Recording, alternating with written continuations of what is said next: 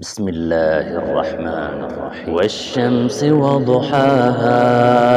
والقمر إذا تلاها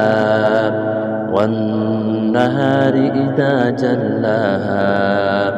والليل إذا يغشاها والسماء وما بناها والأرض وما طحاها ونفس وما سواها فألهمها فجورها وتقواها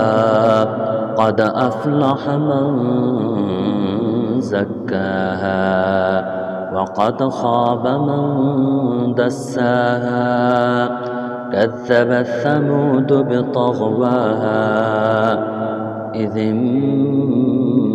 انبعث أشقاها فقال لهم رسول الله ناقة الله وسقياها